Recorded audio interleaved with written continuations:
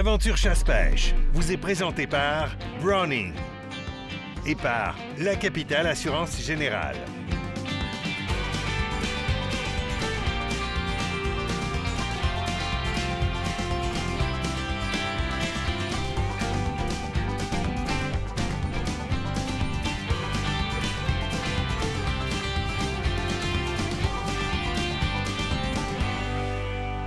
Salut vous autres, bienvenue dans votre émission. Cette semaine, beaucoup de matière sur la table. Dans un premier temps, on se rend dans la belle région de la Côte-Nord pêcher la truite mouchetée. Du côté de la Pau-Voirie, le chenail du Nord. Ensuite de ça, en studio, il va être des nôtres, notre rédacteur pêche David Blouin qui a fait un article délicieux sur les maladies infectieuses, les parasites et les déformations qui sont vues chez le poisson lorsqu'on le pêche, à savoir si est-ce qu'il est comestible, est-ce qu'il est à déclaration obligatoire au MFFP, qu'est-ce qu'on fait, bref, quand on rencontre ces affectations-là. Beau tableau d'identification. Gilles Stubbins de Mossberg qui est avec nous en studio en deux temps. Premier temps, on regarde les répercussions économiques potentielles du fameux registre des armes à feu. Gilles nous arrive avec un sondage qui a été fait auprès de plus de 25 000 personnes à la grandeur du Canada. Et là, on a des chiffres probants. Qu'est-ce que ça rapporte l'industrie de la chasse? Qu'est-ce que ça rapporte l'industrie du tir sportif? Et de quoi, en fait, on pourrait priver certaines provinces ou sur le plan national en termes de sous réinvestissables ailleurs en persévérant dans ce registre-là. Ensuite, Gilles reste avec nous en studio puisque Mossberg fête ses 100 ans, 100 ans cette année. Les bons vieux 12 ans en bois là, ont évolué énormément depuis ce temps-là. On vous présente la nouvelle face un peu de Mossberg. On a aussi une belle chronique qui a été faite dans le secteur de Rimouski avec la Fondation de la Faune, là où est-ce qu'on a été intervenir dans le cas d'un ravage de cerfs de Virginie, à voir un peu de quelle façon on pourrait refaire les couverts forestiers et les aires de nourrissage. Très, très, très intéressant. Dans l'actualité, qu'est-ce qui se passe? 2 accidents de chasse mortels cette année. Dans les deux cas, on peut appeler à la prudence, donc à faire attention. Premier accident, un tir mortel, tir à l'abdomen entre 2 individus qui se connaissent. Accident soupçonné pour l'instant. Évidemment, on dit toujours soupçonné puisque l'enquête est en cours. On ne peut pas porter de conclusion, mais assurément, ça nous porte à dire la première chose qu'on apprend dans notre cours pour avoir notre permis de possession et acquisition, c'est d'identifier la cible et d'identifier ce qui se trouve derrière. Donc, lorsqu'on fait feu vers quelque chose dont on ne peut pas, qu'on ne peut pas identifier correctement, mais au départ, on est fautif. Ensuite, grande sécurité, doigt loin de la gâchette. Le chargement en véhicule en déplacement, c'est non. C'est tous des points de sécurité qu'on doit observer. Dans ce cas-ci, tir à l'abdomen, évidemment mortel. L'individu va être sorti du milieu où est-ce qu'il est par voie maritime. Décès qui sera constaté un peu plus tard à l'hôpital L'Orignal. Hein. C'est le temps de L'Orignal présentement. À l'hôpital, donc, au bout de ses blessures. Deuxième accident, septuagénaire qui tombe d'un mirador. Enquête en cours ici aussi. On ne sait pas s'il y a eu un malaise dans le mirador qui a tombé et qui est décédé au sol ou avant même sa chute, ou s'il est tombé par inadvertance, par manque de mesures de sécurité. Mais on le sait encore là, mirador, très important. Je monte dans mon mirador, première chose rendue en haut, je m'attache. Deuxième chose, je monte mon arme avec une corde. Généralement, on voit l'inverse. Les gars montent avec leur arme dans le dos. Beaucoup nous avouent échapper leurs armes. Trop souvent chargé, ça tombe la crosse par en bas, le canon par en haut. Imaginez-vous ce qui peut arriver là. Vous allez créer une deuxième sortie en quelque part. Là. Donc, très dangereux. Arrive en haut, ça s'assit, ça fait ses choses. Et après ça, ça finit par s'attacher. On monte, on s'attache, on monte l'arme avec une corde. Dans ce cas-ci, l'enquête va nous dire ce qui s'est passé, mais 2 accidents qui sont malheureux. Les saisons présentement, Orignal, ça bat son plein. Les nuits sont de plus en plus fraîches. Les matins sont frais. On a beaucoup plus de réponses à l'appel présentement. Donc, très fructueux pour l'instant. On sait que la saison est comme retardée un peu là-dedans. On était le 15 septembre, fou raide avant. Maintenant, on est rendu dans le coin du 10 octobre. Ça commence à crier partout.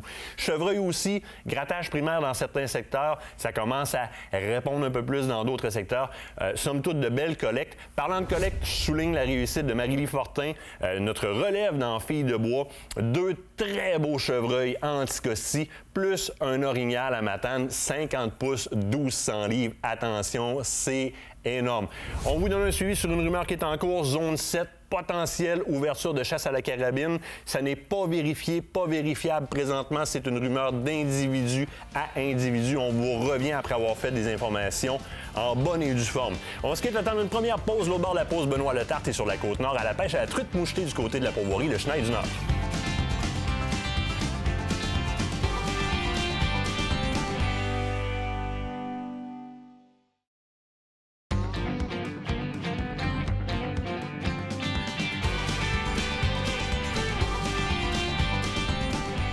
La gang, enfin dans le bois, le début de la saison de pêche qui commence pour moi. Et cette année, on commence fort.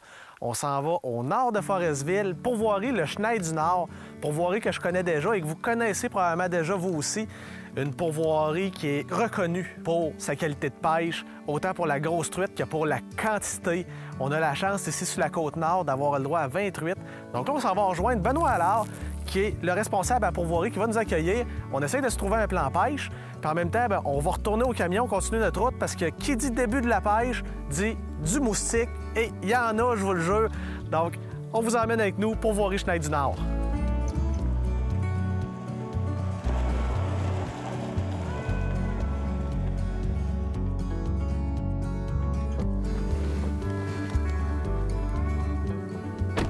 Monsieur Allard, comment ça va? Hein, bonjour mon ami Benoît, aventure chasse à pêche. Oui. Comment te portes-tu? Bien, ça va super bien. J'avais hâte d'arriver. Ça fait 2 ans déjà que je suis venu pour la première fois. Effectivement. Est-ce qu'on a du nouveau à pourvoirie Chenal du Nord cette année? On a toujours du nouveau, hein? On a toujours du poisson un petit peu plus gros que d'habitude, full d'orignaux, même, je dirais, beaucoup plus d'orignaux qu'on en avait auparavant, selon le dernier sondage qui a passé. Ensuite de ça, bien, au niveau des infrastructures, pas mal plus à jour aussi. Au niveau de la clientèle, eh bien, toujours aussi satisfaite et des clients qui viennent ici depuis fort longtemps. Alors, on n'a pas à se plaindre jusqu'à maintenant. Bien, on a toujours connu le Chenal du Nord comme une place giboyeuse, une place où il y a du poisson. Fait que là, je débarquerai mes choses au chalet. Puis, est-ce que tu as un plan de pêche là, pour nous autres? Parce qu'il est encore tôt là, cet après-midi. D'après moi, on a le temps d'aller lancer une ligne. Oui, on va aller faire un tour sur le lac Corne. Lac Corne, je le connais pas celui-là. Ah, un beau plan d'eau, très bonne superficie, au fond de 300 pieds, 100 pieds de profondeur, une charge d'une 40aine de pieds de largeur, une décharge aussi impressionnante. On risque peut-être là, de faire de belles captures. Ben moi, je te fais confiance. La dernière fois que tu m'as dit ça, ça a pris 20 minutes. J'avais une truite de 3 livres. Fait que je débarque mes affaires pour on part à la pêche. Parfait, je t'attends, mon Benoît. Merci.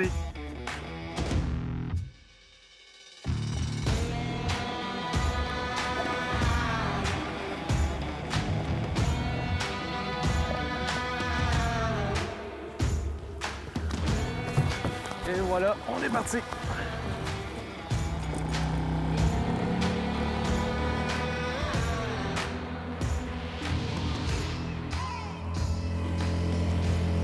Vers quoi tirais, toi? Chartreuse. Chartreuse? Oui, chartreuse argent. Sont-tu force à la bière? S'ils sont forts à la bière. Ouais. Je pense pas.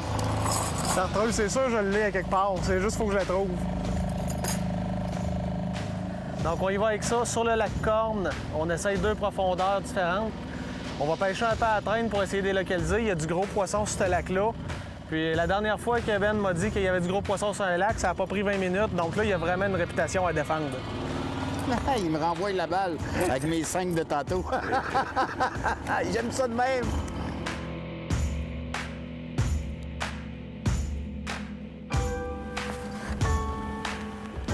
Et c'est parti, la pêche sur le Corne.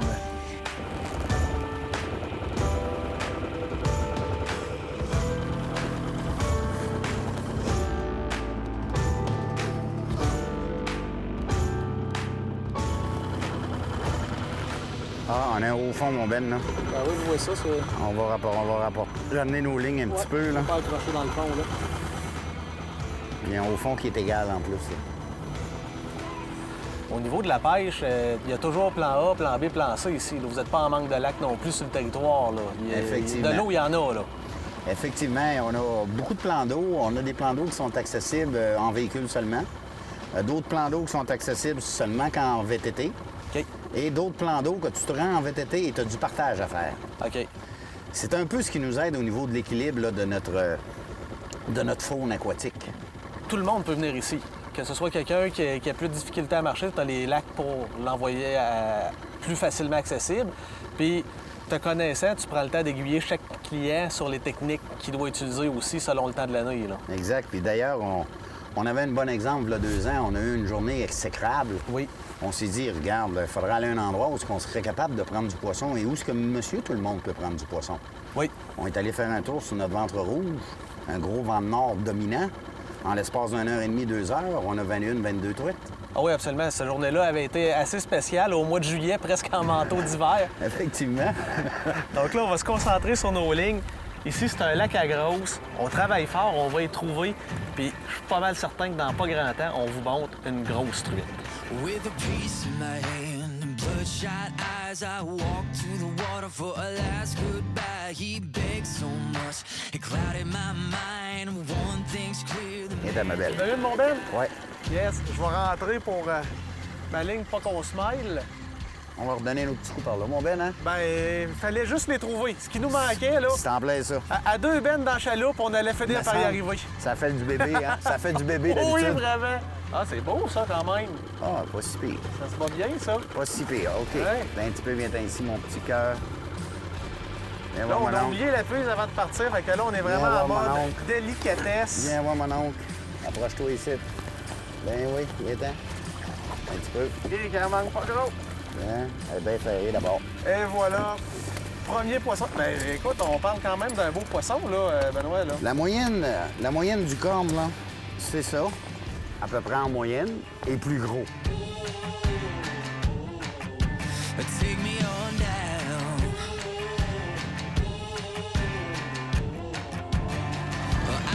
Je dirais sur le bord du fond. Ouais. C'est un pied plus haut. The boat sap took off like a hurricane with spotlights, dogs, yeah, the whole 9 yards of breathing down my neck and breathing. Oh oui! Oh oui, encore une fois. Prends ton temps, savoure-la. Ouais. Je rentre ma ligne pour pas qu'on se mêle. Sérieusement, là, avec la paroi rocheuse à notre gauche, la montagne là-bas, là, c'est tellement beau, ça fait tellement du bien, là. Quel beau poisson! Encore une belle truite du corne. Elle fait encore sa moyenne. On parle entre 3/4 de livre et une livre. Ben, Truite on- indigène. Aucun ensemencement. On a jusqu'à 125 pieds de profond. Down the river with a hand on a coat and a finger on the trigger and oh, before dawn they try to find me. So take me Ouais, là, ça sera au tour de mon ami Ben, là. Ouais, ben là, à date, le Benoît avec expérience gagne sur le Benoît plus jeune, mais on va se reprendre, on va se reprendre. Ah non, tu m'as prouvé, il y a 2 ans que, regarde, ça n'a pas été trop long, ça a pris 20 minutes, puis tu m'as snappé une belle de pratiquement 3 livres d'en face. Oh, j'en ai une! J'en ai une. Première de la journée, Benoît? Normalement, c'est pas si pire. Ah oui, écoute, ça donne... Ma canne, tu Devrait- me dit MV en ce moment. OK, parfait. Fait que, écoute, on voit les coups de tête en ce moment, là. Je te dirais que c'est un très, très, très beau poisson. On va peut-être même avoir besoin de la prise. Oh, les beaux coups de tête. Hey, ah ouais. Oh oui, tu vas voir qu'ici, là. J'ai un méchant beau combat. Oh oui, t'as quelque chose de pas pire. Viens ici. Je te l'emmène tranquillement. Oui, 2 livres comme il faut, à peu près. Tiens, mon ami. Yes, sir! Hey! Regardez-moi cette belle truite. Pourrerie Chenaille du Nord. Wow! Regardez-moi ça. Hey! Super! Les coups de tête complètement fous. Un méchant beau combat. Wow! Non, je crois pas à ça. C'est bon, d'accord, on Je sais que tu vas travaille. être capable de faire de quoi. C'est bon. Vas-y, sors-nous ça, Benoît. Elle s'en vient. Viens ici, ma belle, t'en as un petit peu. Un autre beau poisson du Très corps. bien prise. Tenez. Dans l'espace d'une heure, on ramasse 3 belles truites. La corne, mes amis, pour voir Chenaille du Nord.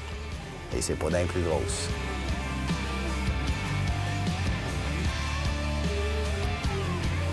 Là, aujourd'hui, ben, j'étais à 0 poisson encore de pogné.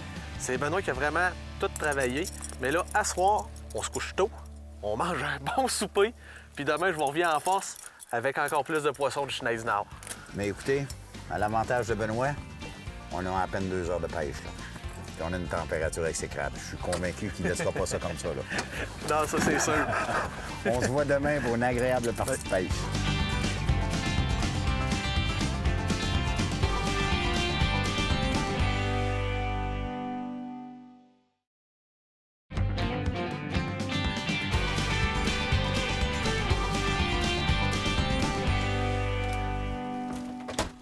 Salut, mon ami Benoît. Hey, bonjour Benoît, comment vas-tu? Ça va très, très bien. On a bien dormi. On n'entendait rien. Puis notre ami Gabriel a bien dormi lui aussi? Tout le monde a bien dormi. Écoute, les chalets sont vraiment impeccables ici, on va le dire. Au niveau des plans d'hébergement, là, nous, on est venus... Je suis déjà venu en plan américain ici.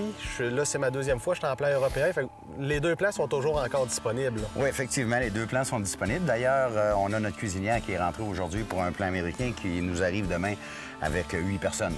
OK. Alors, on est prêt à les recevoir. Puis d'ailleurs, tous nos chalets sont munis d'électricité, de solaire.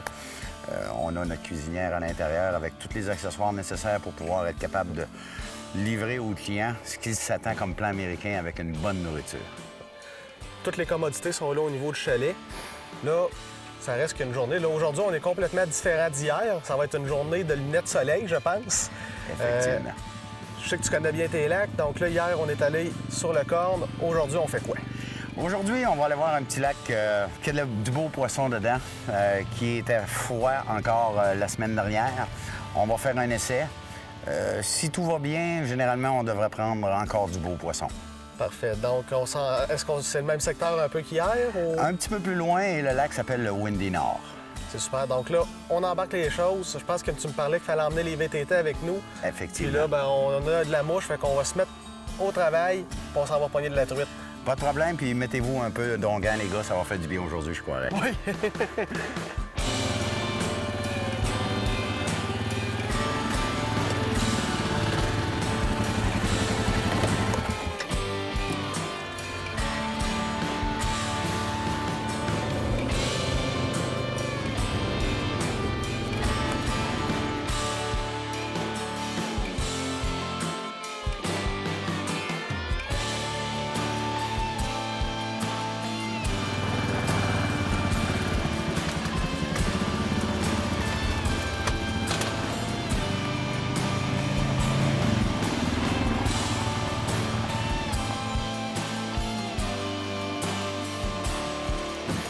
Lac Windy Nord. Oui, monsieur. On commence ça Le beau petit maintenant. Windy. C'est Merci, une mon très siège. belle superficie de lac. Oui, puis on retrouve là, dans l'écosystème un peu de tout. Là. On a du rocailleux, pour ce qui est de notre calcium et ainsi de suite. Par la suite, on a du feuillu. On a beaucoup d'algues, beaucoup de joncs à l'autre extrémité là-bas. Puis une belle profondeur aussi, ce qui fait qu'on réunit là, plusieurs facteurs là, pour avoir du beau poisson.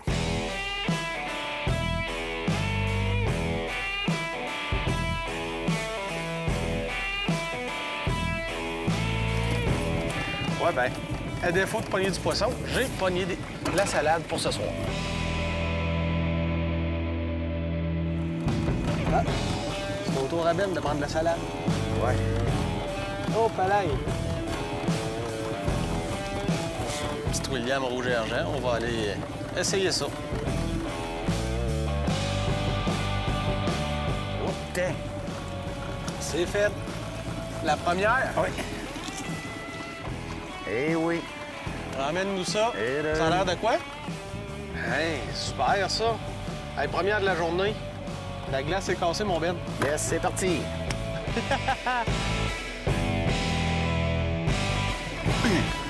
As-tu une? Eh, c'est bon. Bon. Oui, je n'avais une, mais là, j'ai fait tellement un saut.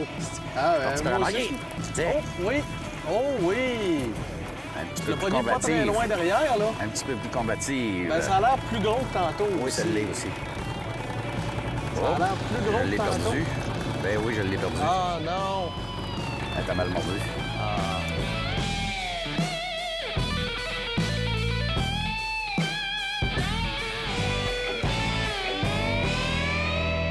Benoît, début de soirée, lac Ventre Rouge. Moi, j'ai des bons souvenirs ici avec toi. Oui. On est venu il y a 2 ans.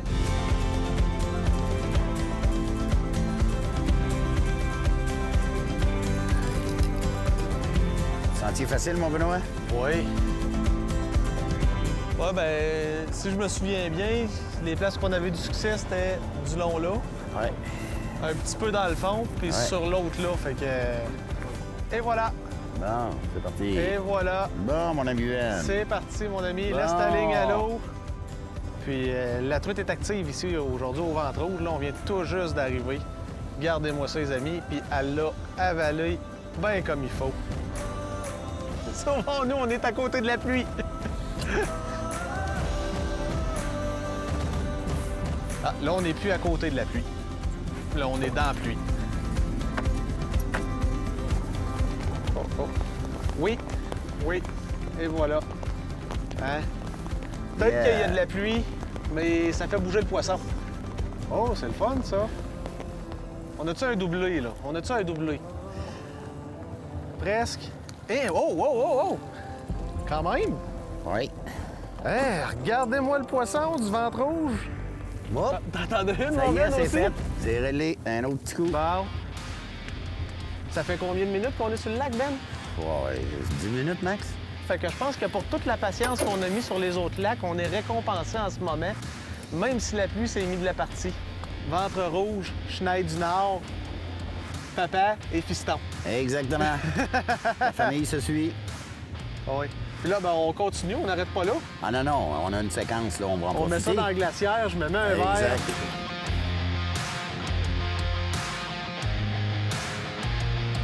Et voilà. Et voilà. Hey, ça a l'air que je savais encore pêcher.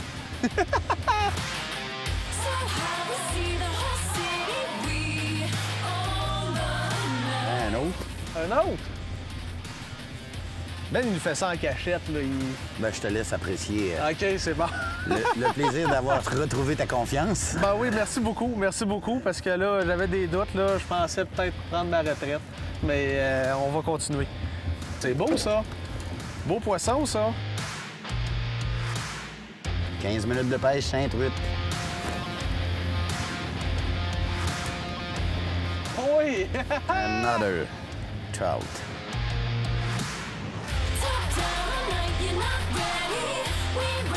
Non, je l'ai. Ah, elle est toute petite. J'ai bébé truite.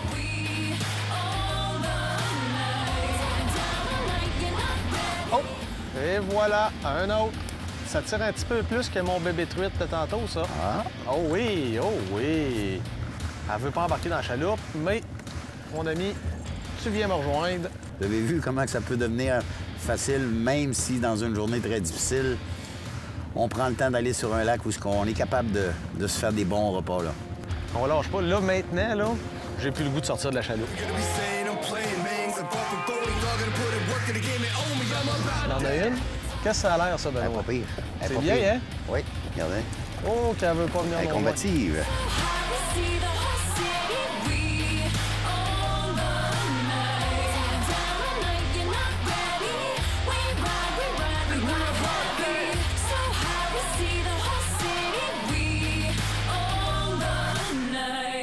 Écoutez, premièrement, ça nous fait toujours plaisir de recevoir nos amis de Télémag, là.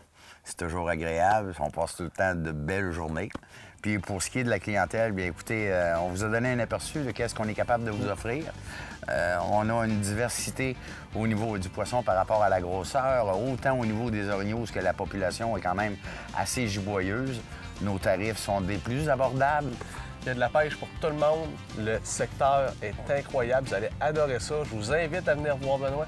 Là-dessus, merci beaucoup. De Benoît à Benoît, ce fut très agréable, mon ami. Merci beaucoup, mon ami. C'est rien. Ce reportage vous a été présenté par la pourvoirie Le Chenail du Nord.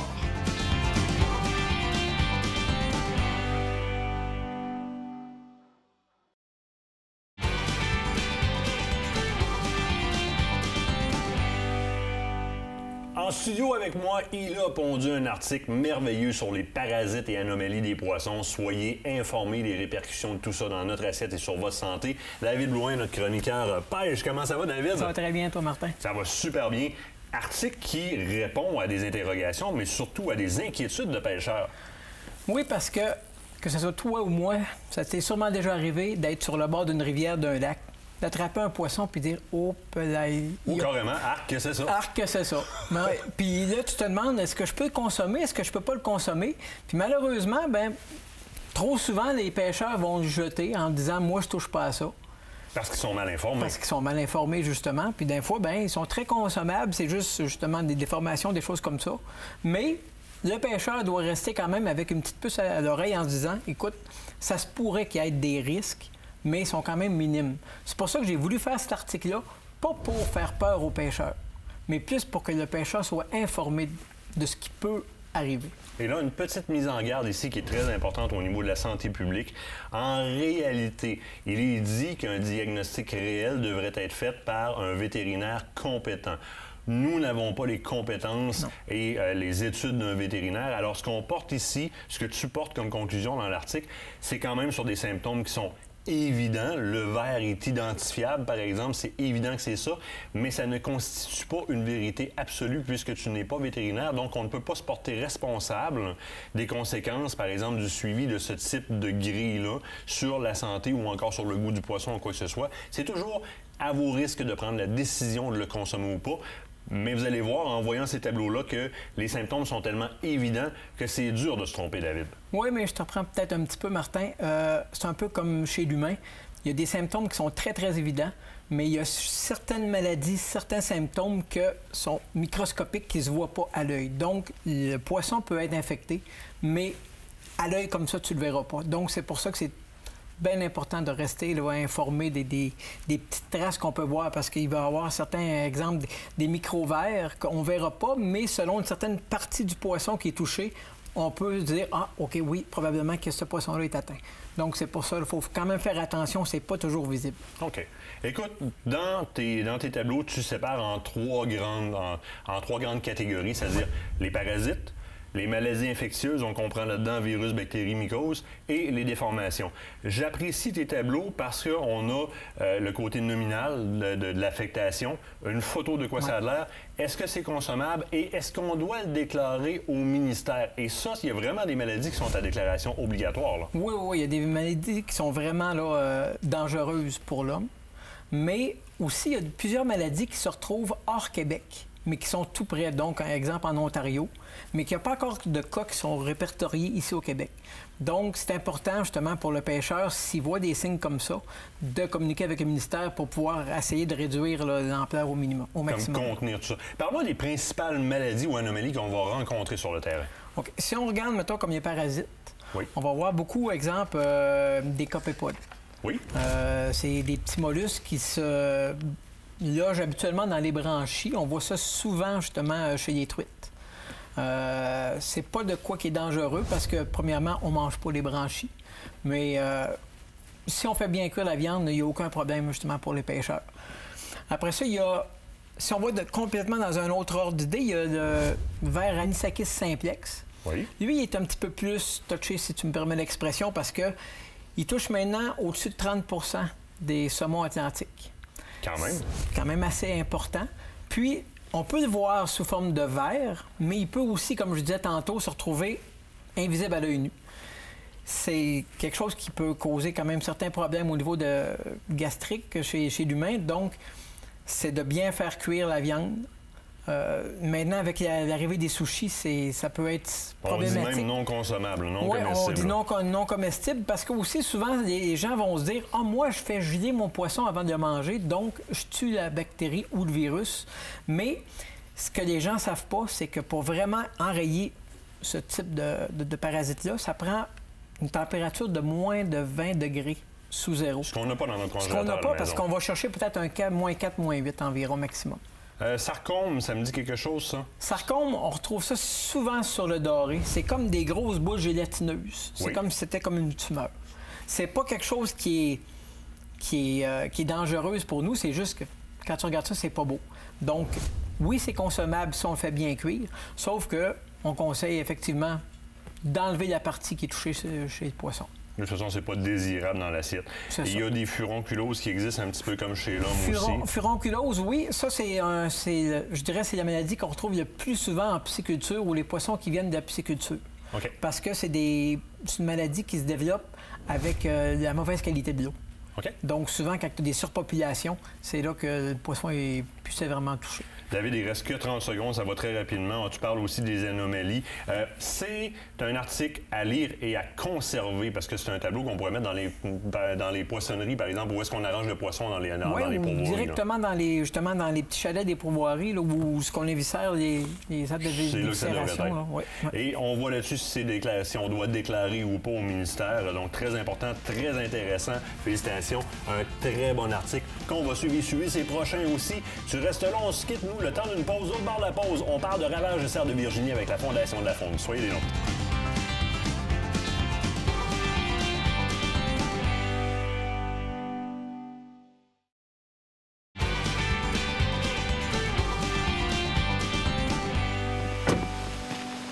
Alors, Kate, ça fait un petit bout de temps que tu me demandes de te présenter les initiatives fauniques de la Fondation de la faune. Oui, parce que vraiment, c'est quelque chose qui m'intéresse énormément. Tu sais, je veux dire, on récolte nos gibiers et tout, mais j'aimerais tellement ça savoir qu'est-ce qui se fait pour pouvoir justement, tu sais, favoriser l'environnement de nos gibiers, de notre chevreuil, de notre orignal, tout ça. Fait que oui, ça m'intéresse. Parce qu'il y a beaucoup de ces aménagements-là, de ces initiatives-là qui sont des aménagements fauniques pour prioriser, par exemple, la survie ou le déplacement ou le soutien d'un groupe d'animaux, comme par exemple Cerf de Virginie. Là, aujourd'hui, on est dans une forêt qui a justement été aménagée suite à un besoin dans ce sens-là. Je vais te présenter Marco, qui est du cégep de Rimouski. Ils travaillent, eux, ici, depuis quand même longtemps à aménager. Je veux que tu vois, c'est quoi? Qu'est-ce que ça demande concrètement? C'est quel genre de besoin on va combler avec ça?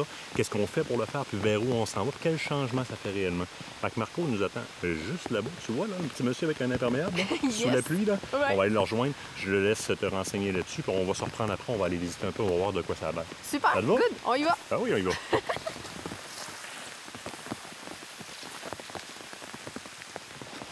Salut Marco, comment ça va? Ça va très bien, Martin. Marco, je te présente Kate. Bonjour, Kate. Kate, Marco Enchanté. Bellavance du cégep de Rimouski, qui est responsable ou qui est l'organisme qui veille un peu sur ce qui se passe ici.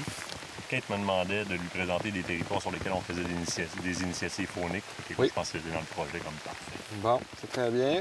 Donc, bienvenue sur la forêt d'enseignement et de recherche du cégep de Rimouski. Donc, c'est un territoire de 2200 hectares situé à peu près 15 km au sud de Rimouski. Puis, le cégep gère ce territoire-là qui est public, mais à des fins d'enseignement et de recherche en foresterie. Donc, ça sert principalement nos techniciens, nos futurs techniciens forestiers, technologues forestiers. Donc, là, il y a de l'enseignement, bien entendu, c'est notre principal laboratoire. Et on fait un petit peu de recherche. Il y a Lucar qui vient faire des recherches en biologie sur le territoire. On contribue financièrement à certains de leurs projets. Et occasionnellement, on fait des projets nous-mêmes aussi. Donc ce projet-là de caractérisation du ravage. Bien, de parlez-nous un serre. peu justement, qu'est-ce que vous avez fait comme aménagement là, présentement? Là, ici, tu sais, on a une belle vue sur un de vos aménagements, entre autres pour le ravage pour le cerf de Virginie. Oui. Qu'est-ce qui a été fait? En fait, il y a, au départ, le ravage il est aménagé selon un plan d'aménagement qui est confectionné par le MFFP, OK. le Ministère des Forêts, de la Faune et des Parcs, et nous, on exécute les travaux. Donc, j'ai choisi la vue ici. Bon, la météo ne collabore pas beaucoup pour vous montrer une partie du ravage, mais ça donne qu'on est en bordure d'une intervention qui a été réalisée. Donc, des petites coupes totales pour tenter de recréer de l'abri pour le chevreuil. Donc, on a un ravage, un périmètre qui est, on appelle ça un périmètre permanent, donc de 553 hectares sur nos 2200 hectares, qui est constitué en ravage. Et depuis 25 ans, il y a des travaux d'aménagement qui sont réalisés. Les travaux d'aménagement visent à recréer de l'abri. Hein? On est au Bas-Saint-Laurent. Le chevreuil a besoin de peuplement résineux, mature, assez, des fois aussi certains mélanges feuillus, mais certains assez denses et pour survivre à l'hiver. Oui. Donc, un ravage a besoin de 35 de peuplement d'abri, donc 35 de sa superficie. Ici, les derniers relevés du ministère indiquaient 17 Donc, On il est en en manque. déficit. Oui, on est en déficit, net déficit. Donc, les travaux, normalement, devraient contribuer à ça. On a une problématique qui est, vous voyez, beaucoup de peupliers, faux-trembles, c'est que la forêt ici est issue d'un feu qui a sévi en 1923, qui a brûlé une grande partie de la région immédiate ici. Et ce qui fait que le feuillu est omniprésent, le peuplier faux-tremble est omniprésent. Donc, quand on fait une intervention, ce qu'on voit en arrière ici, le feuillu revient, il reprend en force, alors qu'on aimerait avoir du résineux pour le cerf. Pour pouvoir favoriser le couvert forestier, pour pouvoir aider le ravage à survivre. Exactement. Donc nous, on commence à s'intéresser à cette portion de notre territoire-là qu'on a peu utilisée dans le passé. Pour ça, il faut avoir un petit peu d'informations. Donc, on a un projet de caractérisation, donc un projet d'inventaire, puis d'analyse du territoire, du ravage, qui a été, qu'on a mis de l'avant.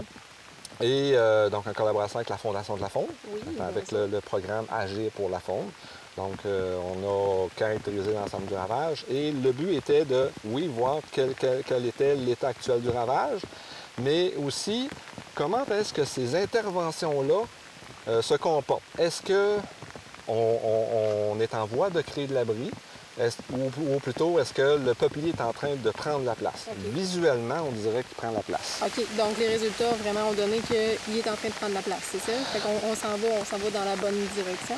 Le feuillu est très présent, il a pris la place beaucoup. Par contre, ce qu'on a observé, ce qui est encourageant, c'est que sous la strate feuillue, on a beaucoup de résineux qui s'installent. Donc, on a, je dirais, en moyenne 75 des superficies du peuplement qui est régénéré en résineux, ce qui est vraiment intéressant pour le futur. Par contre, les feuillus qui sont au-dessus, ils compétitionnent. Donc, là, ça nous indique qu'on a un problème. On va avoir quelques interventions à faire dans le futur. Donc, le projet sert à ça, à identifier les correctifs qu'on pourrait avoir à faire au niveau des interventions, au niveau des anciennes interventions, donc pour atteindre les objectifs des plans d'aménagement. En terminant, Marco, Oui. C'est important de savoir aussi que tu as, à un moment donné, dans cet aménagement-là, à te poser la question à savoir si on est face à une problématique ou est-ce que j'ai besoin d'un secteur nourricier ou plus un secteur de couvert, un shelter, donc vraiment un ravage. Vous avez eu à faire face à cette problématique-là, vous avez interrogé le secteur. Oui, en fait, c'est ça le ravage. Le principe, c'est d'obtenir un entremêlement entre l'abri et la nourriture. Donc, à ce moment-là, le constat a évalué le travail. En fait, on a évalué cet élément-là. Et l'entremêlement s'enligne pour être très, très bon. Il y a encore quelques secteurs, dont le secteur dans lequel on se trouve actuellement ici, qui aurait peut-être besoin d'un peu plus de parties résineuses, mais sinon, l'entremêlement est relativement bon. Comparativement à d'autres données qu'on a de d'autres ravages de la région, on se situe quand même bien. Et les travaux qu'on a réalisés, dont on a constaté que la régénération résineuse revenait, vont contribuer à améliorer la situation encore. Marco, un gros merci. C'est super plaisant de voir des initiatives comme ça. Merci beaucoup. J'espère que ça te satisfait. Ben oui, certain. Merci, Marco. Merci. D'avoir pris le temps. Ça me fait plaisir. Quand vous voudrez.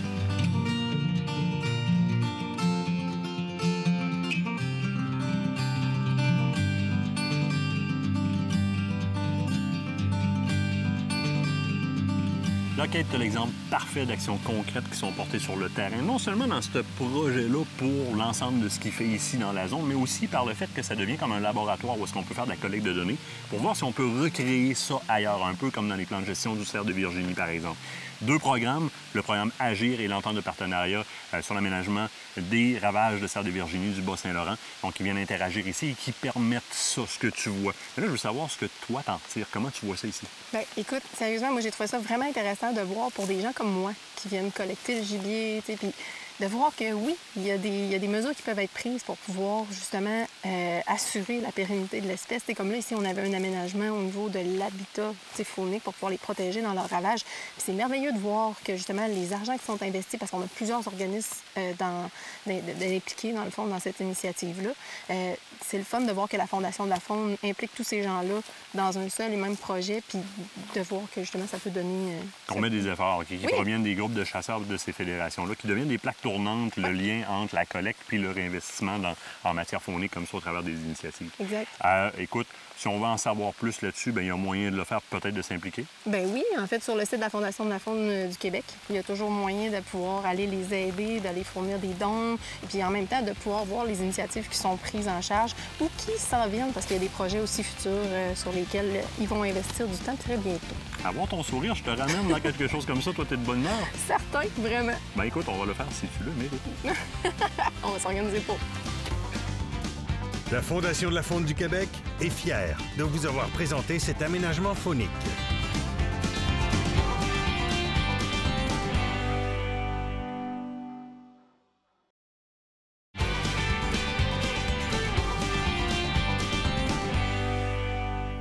On est revenu, puis on a le goût d'allumer une coupe de feu. Parce que là, on va vous livrer des données qui, alentour du fameux registre des armes à feu, font encore plus mal à entendre. Et je vous parle de chiffres de répercussions.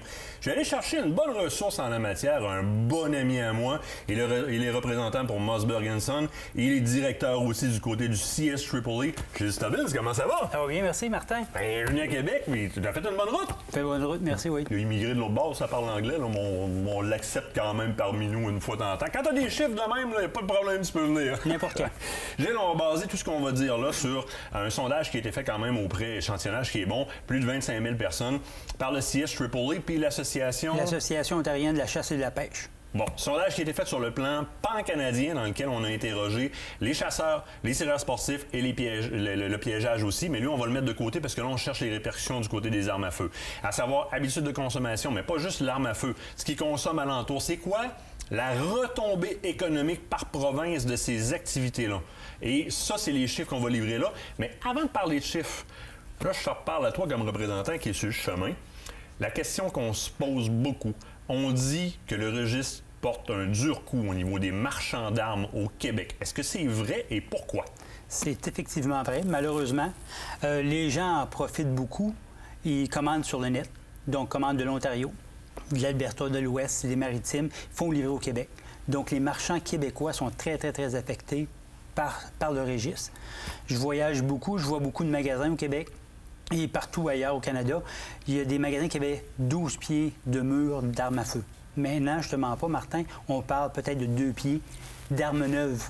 Ils ne sont pas capables de les donner. Jusqu'à un certain point, là, aussi grave que ça. Au moment où est-ce que, c'est pas un secret, là, il y a beaucoup de marchands d'armes à feu ou de magasins de chasse et pêche qui ont fait faillite dans les derniers mois au Québec. C'est vraiment pas un coup de main qu'on vient donner à cette industrie-là. Et quand on regarde les chiffres, ça devient carrément abrutissant. Puis surtout, quand on se pose la question, au moment où est-ce que Legault rentre au pouvoir, premier paradoxe, il conserve une loi qui a été mise en place par les libéraux. Deuxième paradoxe, qui est encore plus grand, on dirait qu'on fait fi de la portée économique du marché des armes à feu. Littéralement, on décide de le mettre en place pareil, moralement, pour démontrer que le bon gouvernement protège le bon peuple des mauvaises armes. Là, je veux savoir, en termes de chiffres, selon ce sondage-là, des tireurs sportifs et des chasseurs au Canada, présentement, il y en a combien? On parle de 1 200 000 chasseurs versus 1,4 million tireurs sportifs. Donc maintenant, il y a plus de tireurs sportifs que de chasseurs au Canada. Et la différence entre ces deux chiffres-là est encore plus grande si on va au niveau provincial. Ah oui, au Québec, on parle de 300 000 chasseurs pour 320 000 tireurs sportifs. Donc il y a quand même un très bon écart. Le marché du tir sportif est très présent. Retombée économique au Québec au niveau du tir sportif, ça ressemble à quoi? Retombée économique du tir sportif total, on parle de 1,865 milliard pour tir sportif et chasseurs. OK. La chasse tout seul, 1,368 milliard. Tireurs sportifs, presque 5 milliards. 400. C'est énorme, là. Oui. C'est énorme. Donc, on va chercher... Il y a une portée au niveau des chiffres dans les retombées économiques. Ça me fait penser un peu à l'accès à l'eau. Hein, on a mis des charges pour rentrer sur les plans d'eau et plusieurs petits secteurs se sont ramassés avec une économie en déficit économique par rapport à l'apport de la pêche dans ces secteurs-là. La chasse, c'est un petit peu la même chose. C'est-à-dire qu'un constat face à ces chiffres-là, si on restreint, comme on le fait présentement, la machine au niveau de l'acquisition d'armes dans des secteurs qui sont non criminalisés, comme les tireurs sportifs et les chasseurs, on a des répercussions qui sont très grandes au niveau de l'économie. C'est immense. Si on regarde au plan national, au plan canadien, on parle de 8,5 milliards de dollars qu'on investit nous-mêmes dans le marché canadien. On parle de répercussions sur le PIB de 5,6 milliards. C'est quand même beaucoup, beaucoup d'argent qu'on remet au Canada. Fait que c'est les choses que les gens qui sont au pouvoir présentement, qui n'ont pas regardé. Ils ont dit, on met une loi, on va aller chercher des votes. C'est plate à dire, mais c'est ce qu'il y en est réellement. Donc, ils sont prêts à perdre cet argent-là pour aucune raison à part que des votes, malheureusement. Oui, parce que c'est réellement ça. Oui. C'est politisé à 1000 %. On veut lancer un message fort et surtout à l'approche d'élections futures, mais redire au peuple, on vous protège contre les méchantes armes. Et on fait des comparos qui ont vraiment aucun sens parce qu'on s'en va du côté criminalisé alors que là, on parle d'activités non criminalisées. Je veux dire, le tir sportif, proprement dit, on le voit, le nombre d'adeptes, là, c'est fou. Oui. Par contre, ce sont des consommateurs de principalement carabines, on s'arrête là. Mais dans la chasse, c'est, on le disait tout à l'heure, les vêtements, le pétrole, le véhicule. Dans les localités, Gilles, le chasseur qui rentre dans la localité, il consomme, là. Il consomme, il est prêt à avoir des amis qui vont venir avec lui, même les gens de l'extérieur. Donc, si on pénalise nos chasseurs, c'est mon cousin qui demeure aux États-Unis ne peut plus venir chasser parce qu'on n'a plus le droit de chasser. Attention, les chasseurs qui sont de l'extérieur ne sont pas comptabilisés là-dedans. Là. Du tout. Ce sont seulement que des chiffres canadiens. Donc, c'est seulement qu'une partie de l'iceberg, là. Il est très gros, mais il pourrait être encore plus gros que ça. Fait que là, en plus, il faut rajouter les chasseurs ontariens, les chasseurs américains, etc., qui viennent ici. Américains, européens et partout. Cette injection d'économie-là est en supplémentaire à celle-là. Là. Effectivement. Ce sont des milliards de dollars au moment où est-ce qu'on dit qu'on n'a pas d'argent pour la petite enfance, la santé mentale, et etc. On fait fi de ça pour conserver un registre en place. C'est comme complètement ridicule. Gilles, je te remercie. On va aller à la pause, mais toi, tu ne sauves pas parce que je traverse avec toi à l'atelier. Après ça, on parle de carabine puis de fusil Mossberg, des affaires que tu connais. T'es partant? Partant. Restez là, on revient après la pause.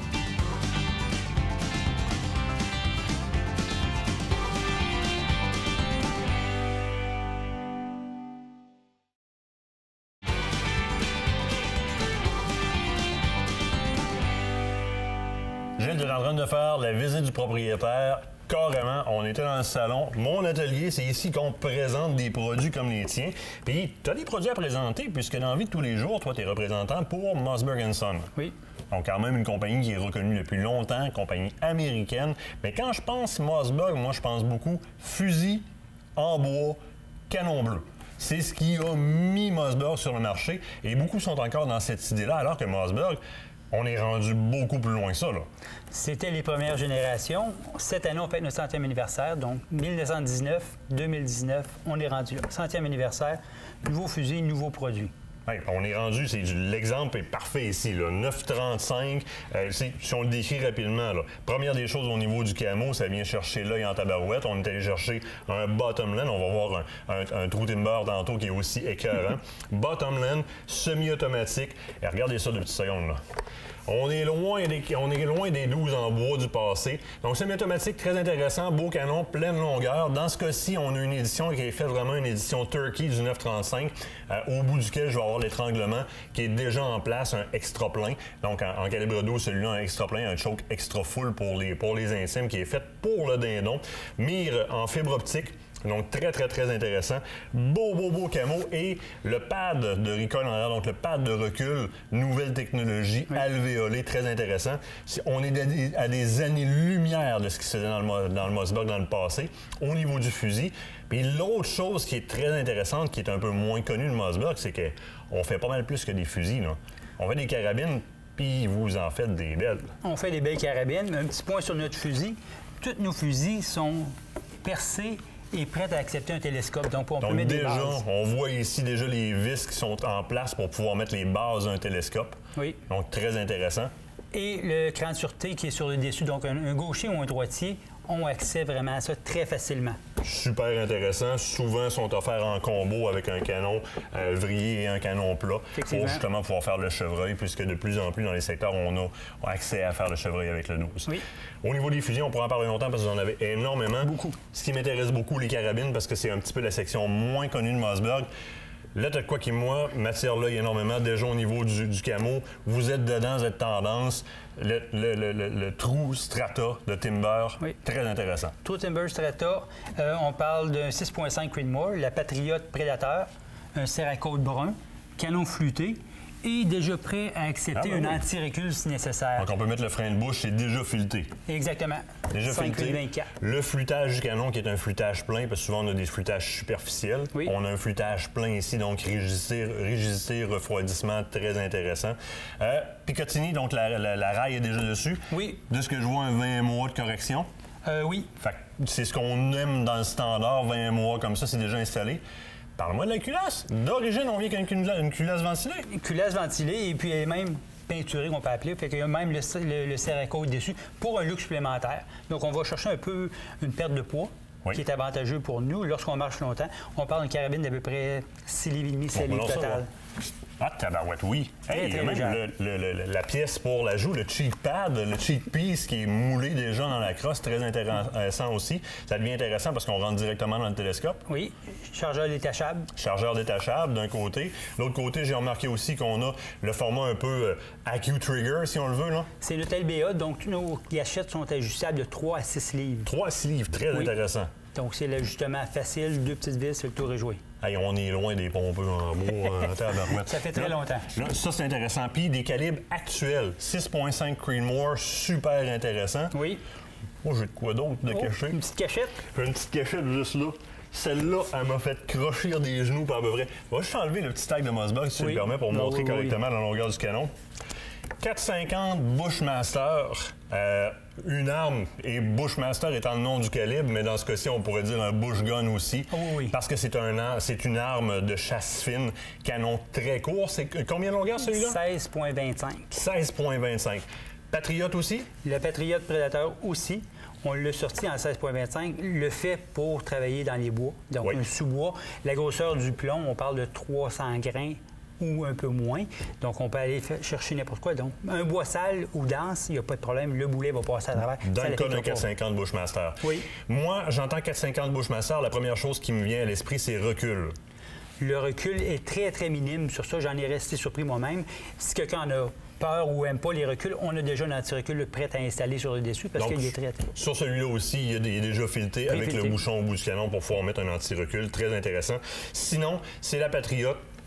Synthétique dans une autre couleur, autre type de Cerakote aussi noir, avec un canon plus court. Il y a énormément de configurations qui sont possibles dans le Predator, beaucoup.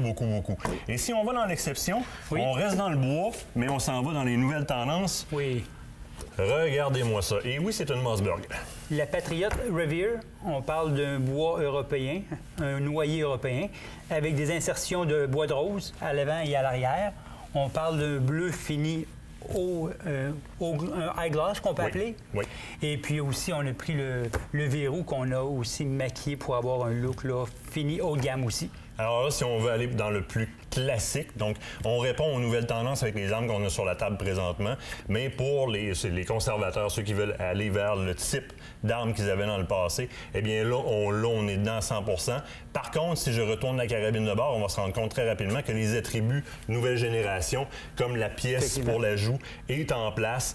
L'ensemble des matériaux sont des matériaux qu'on pourrait appeler un peu exotiques dans le sens que ce sont de très bons alliages. J'ai tout là. Le IQ Trigger aussi est dessus. Donc, j'ai une carcasse ou un visuel classique, mais avec toutes les nouvelles technologies dessus qui vont me permettre d'aller chercher énormément de précision, ce qui se pouvait peut-être pas dans le temps où est-ce qu'on fabriquait ces vieux types de modèles-là. Mais très, très belle carabine. C'est une pièce qui va durer longtemps. Ça, c'est le genre de choses qu'on laisse en héritage à nos enfants. Effectivement. Comme tu le mentionnes, le terme conservateur est encore très intéressant ici. On parle d'un chargeur détachable.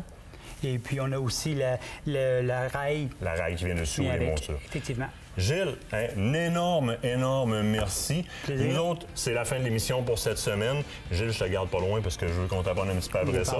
Nous autres, on se revoit la semaine prochaine. La semaine prochaine, j'amène mon gars à la pêche dans les Monts-Valin pour voir Mont-Valin du Archer avec Lucas. On va se faire du fun. Quelques petits insectes, mais ça va être super trippant. Soyez des nôtres.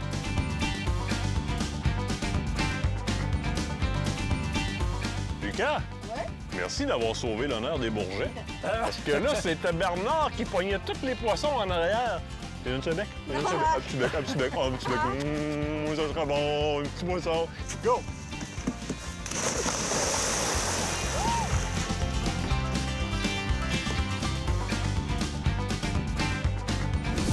Aventure Chasse-Pêche vous a été présenté par Browning et par La Capitale Assurance Générale.